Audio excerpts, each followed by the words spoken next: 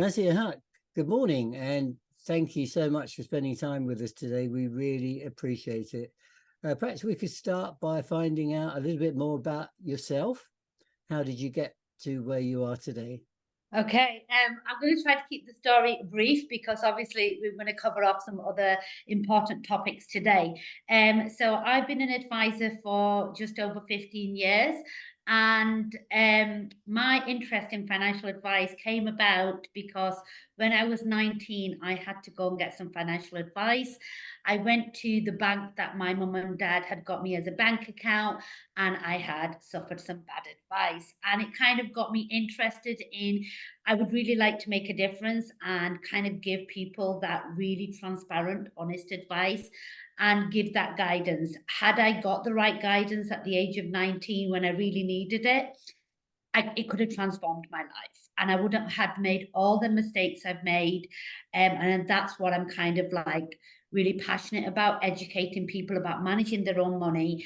And it's not just about making investments or sorting out your pensions. It's about if you come across a good advisor, they should at least give you and signpost you to the right things to assist you to manage your money for the future.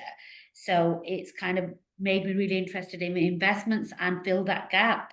And passionate about supporting the elderly to helping women as well, but just getting people that really want to make a difference to their life and getting that heart of finance, that fear away about money management away and kind of get people more comfortable.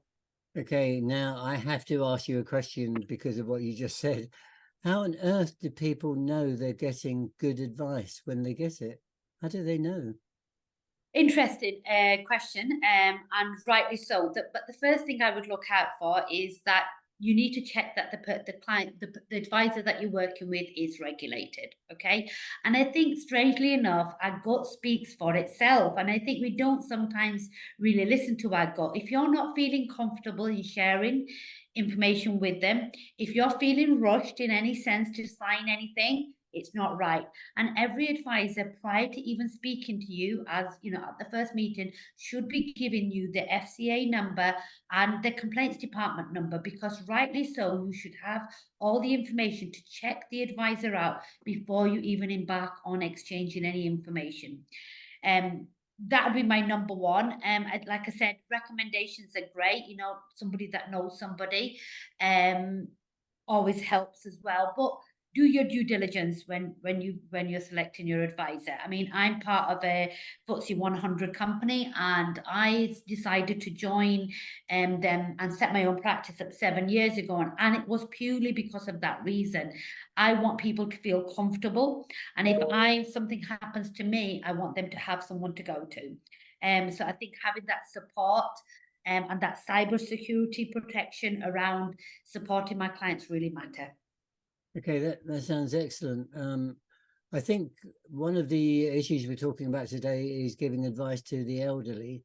Is it, in your view, appropriate that sometimes somebody who asks to talk to you has somebody alongside them to listen to what is being said? Interesting.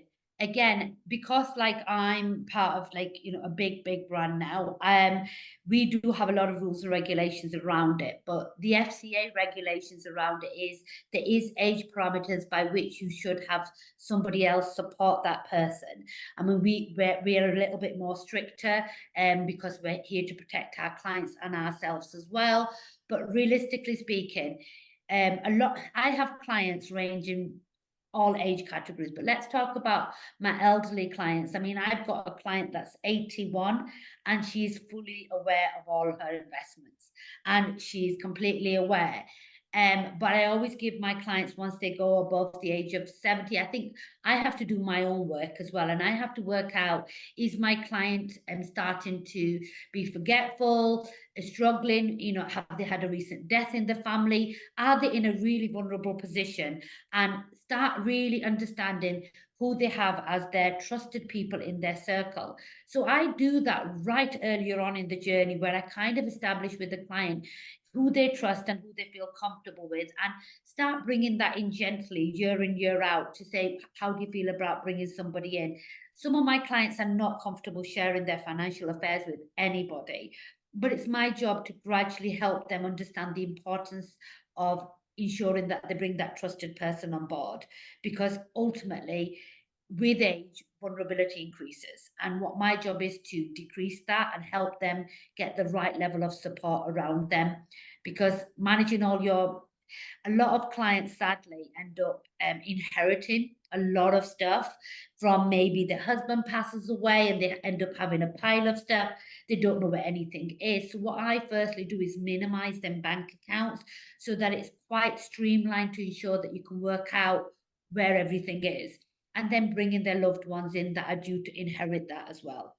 But of course, there's a lot of, it's very sensitive, and it's very down to the client how comfortable they have. But if they have nobody, we can bring somebody from the compliance team, independent, that can come and support them to ensure that they understand everything, and everything is understood, you know, by the client, and the client is protected as well. That's fantastic. So you do have these safeguards, Yeah, and we've got and it's safeguards things. So I have an elderly client that sadly hasn't got any children. All her friends have passed away, and her mum, and she was a single child. And I, you know, she's fully there, but I've already said I'm really sorry. But from next year, I'm going to have to bring somebody else in. It's really to protect you, and she completely understood, to ensure that they, you know, everything is understood by you, and for them to sign me off that the client's in good health and okay to work with me. okay. Obviously, when you're talking to the elderly, we're talking about sometimes very large sums of money, and the arrangements they want to make or have already made in terms of leaving a will. Do you advise on that, or is that not in your territory? Okay, so the will part, I don't physically advise on who they should go and get the will with and how the will should be written. Obviously, that has to be done by a solicitor. But what I do advise is that everybody should have a will. So what I do is, if they haven't got a will in place, I'm always there to keep giving them a gentle nudge, get a will sorted. I have a list of solicitors that I would recommend. I have no you know, nothing, no commissions or interest in fees. It's purely for the client to build that relationship themselves. But I've checked out that they're from, you know, they're basically competent and are regulated solicitors. But I do encourage my clients all to have a will, because it's so important that we don't give all our money away to the people that we don't want to give it to. Obviously, this can only work if they really trust you. They understand everything you've said, and they believe in what you're saying. Do you find that sometimes they've spoken to others before they even met you, where they didn't have that trust, and maybe something has gone wrong? Possibly. So it's really sad to say this, but unfortunately for all of us in life, if we've had a bad experience or our loved ones have had a bad experience, we can label the whole profession as one. So if we've had a bad plumber, we'll be very reluctant to get the plumber in, even though we've got a problem. So it's the same with anything. And if one of our friends says, "Oh, I had a pension and it went terribly wrong," we kind of harbor them thoughts and feelings as our own, and we don't do our own due diligence. And sadly, the vulnerability of our elderly, it really hurts, because sometimes they so need advice but won't get it because of the barriers they've internally created, or maybe people they love have created. So they're like, "Oh no, I can't because it's going to be bad." I think what I would say to the elderly is that you can just book what you call a guidance call and be very, very clear that I just want some guidance. So you're not literally signing up to anything with the advisor. So I offer that to all my clients. I said, "Look, we can have a guidance call. I'm not literally gonna, where you can have a chat and get to know me. And we can take it from there, rather than you feeling obliged that you come to see me for an hour and now you've got to work with me. There's no obligation to work with me. I will just signpost you." I think people, touch wood for me, I think my clients, everybody I see build trust with me quite easily, because maybe because I am quite transparent and honest in every sense, and I'm genuinely not interested in taking you on as a client, but I'm definitely interested in when you leave me, you're in a better position than when you came to me. Okay, and that's my primary goal, is to ensure that you're in the best way getting. If you've got a good advisor, great, but I mean, reality is that trust building takes time. So what I try to do is give my clients tips on how they should manage their money more effectively and maybe what they could do to improve it. Okay. Do you have any horror stories of things that have happened to your clients before they met you? I think it's important for anyone who listens to this video to understand what could go wrong.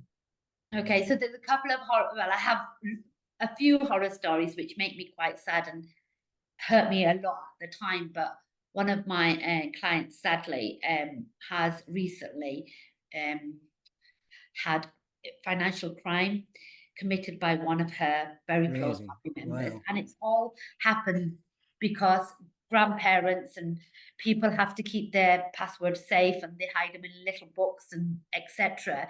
And from one back of one transaction, that person took advantage of the vulnerability of her loved one and decided to help herself to nearly £120,000. Wow. And I only came to know this information because one of her loved ones had invited me to come round just to have a general chat to see how they're getting on, because she'd been mentioning a lot that she didn't have enough money to pay the bills. So I went for some friendly guidance. And again, I didn't get paid for this, but I discovered the crime was committed and it was within my, I had to basically report it. But to keep the story really short, it never came to anything because elderly people that are already in a vulnerable position can't fight back, because sadly they just haven't got the parameters to be able to deal with that. Because when you're in your late 80s and your health may be not so good and you're already suffering anxiety post COVID, it's not the easiest place to be. So a couple of things that I would like people to start doing for their loved ones. I know that your parents have managed themselves all their life and you don't want to talk about finances. I get it, because you feel that it's intrusive. I don't want to be asking, have you done a will? But just look at what you're doing when you're not helping them with their finances. Especially if one of their partners has recently passed away, you will find that they'll be really struggling because everything is so password orientated. They may not know where everything is. They may feel embarrassed to even ask you. So actually, I'm saying to the younger generation, go up and help the elderly. Ask them, do they need any help?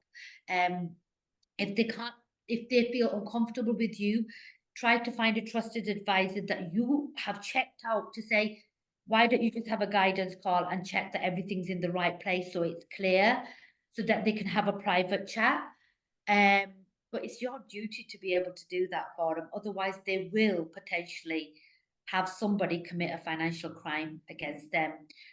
All these phone calls you get and all these algorithms that can pick things up can take money out of their bank accounts, and they won't know for anything because they haven't got the capacity to work it out, unless they're the kind of person that meticulously looks at their bank statements. They won't know what's going on. So a little bit of planning goes a long way. And even though you may feel a bit shy and I can't ask that question, just think what difference you can make to them, by helping them, by signposting them to the right person. So, I mean, I'm more than happy to help anybody that wants a guidance call, but I'm not just saying me. There's many of other good advisors out there that you can work with. But at the point when a bereavement takes place or anything happens to the health, it's really important that you sit in front of somebody else, or if you manage it yourself, get them the support they need. Okay, that's great advice. I ask you for examples of a bad advice and you give me crime. Wow, that's pretty scary. And It is. it shows how important it is to have someone you trust. Yeah, and I think, like I said, the barriers around money over the years, it's quite shocking. People will talk about anything but money. Like they just don't want to talk about money. But your job, as a parent, I've educated my children about money management, but as my childhood goes, nobody taught me. And I Right. made so many mistakes. I didn't know what APR was. I didn't know, how to pay back a loan, credit card debt. The story goes on, but once you get into a bad situation, it's very hard to get back out. So I, say, like, it's not always about working harder, it's about working smarter. And people go and get the next promotion, but are paying a high level of tax, but not understanding how they could potentially save as well. So I think money management, no matter what age you're at, we should all be learning it. We should be teaching our children and we should be supporting our elderly as well, because it's so, so important. Because nowadays we live in a cashless society and transactions are happening even without us knowing, Okay. from these different little apps that go on and algorithms that are picking things up, that our cybersecurity, our emails, our general laptops haven't got cybersecurity. So we have to be mindful, but minimizing your bank accounts really does help in managing that level and budgeting as well. Okay. Are there any particular areas of advice you would give to elderly members of the BAME community? I think they're no different to any of us. Okay. I think the problem we have with the the Asian population often want to they sometimes want too much control, or they give up control too quickly. So things like they give up their houses because they're worried about an inheritance tax bill, when likelihood is they might not even be liable to one, but they've signed over their whole house to the son, yeah, and then put themselves into a very problematic situation. Instead of getting legal advice and getting it done in a trust wrapper, they get things done because somebody else before them advised them that's what they did, Right. but they haven't taken the advice. And I think regulations and rules around finances are constantly evolving and changing. So it's really important that our elderly minorities do actually go and get that support and work out if it's the right thing for them. Because what's right for me won't be right for you, and Right. that's the reality of the story. I guess when you get to a certain age, advice is coming from everywhere. And Yeah. how are you to know that it's the right advice without any kind of prejudice on the side of the person who's giving it to you? So true, so true. And not only is advice coming from everywhere, I think you have lots of preconceived ideas already built in you. So you've got all the barriers, and if you've done well over life, where you're not in debt and you bought a house and it's all paid for, and you've got some investment, you're like, well, I've done it. Why do I need to get advice now? That's another big barrier that we often have. So I think the reality is it is hard. It's very hard, because unless you understand what an advisor actually can do for you, you can't really measure it. And you can't, so I think where I am as an advisor, I built a very holistic a practice over, like, this last 7 years, but worked in the industry 15 years. I'm realizing that I'd love to help everybody, but unfortunately, I've only got so many hours to help so many people. So if you've Exactly. got somebody that's a good advisor that can give you a guidance call for 30 minutes, 60 minutes, make some notes and take that free call. Okay. As a final question, because unfortunately not everyone is going to be able to have you as their advisor. Where do they go to find the right advisors to get impartial advice? Interesting. Where do they find them? I think there's a lot of debate between, restricted advisors and independent advisors. I think ultimately my point still remains the same, which is ring around a couple of local advisors and ask if anybody will offer them a guidance call. Okay, so Okay. a guidance call is where you're not having to share your personal investments with them, and they're not going to advise you on any investments. So you can talk in generic terms to say, this is my potential scenario, and you don't have to share any of your information and say, I've got a house, it's worth nearly 300,000. I've got this. Will I have an IHT liability? and they'll go, actually, no, you won't. Or I've heard that there's potential. So a guidance call will basically allow you to get your questions answered, but you can select anybody. Not every advisor offers that, but majority will. Okay. Okay. Right. Well, unfortunately, I cannot believe we've finished our 20 minutes. I could talk to you easily for another hour, but I guess neither you nor I have that time. It's been incredible. Maybe we need to do this again, Nazia, because I think you've got so much information to impart, and this is such an important area. And I'm horrified by the potential for it to go wrong for so many people who don't, unfortunately, get to be able to meet you or somebody like you, if indeed there is anyone out there like you. It's I'm sure so there is. it's so important. I can only thank you so much, and I hope the people who watch this video will share it with others, and people will be better off because of it. Nazia Haque, I can't thank you enough for your time today. We really appreciate it. Thank you so much. It was my pleasure. Thank you so much. All the best.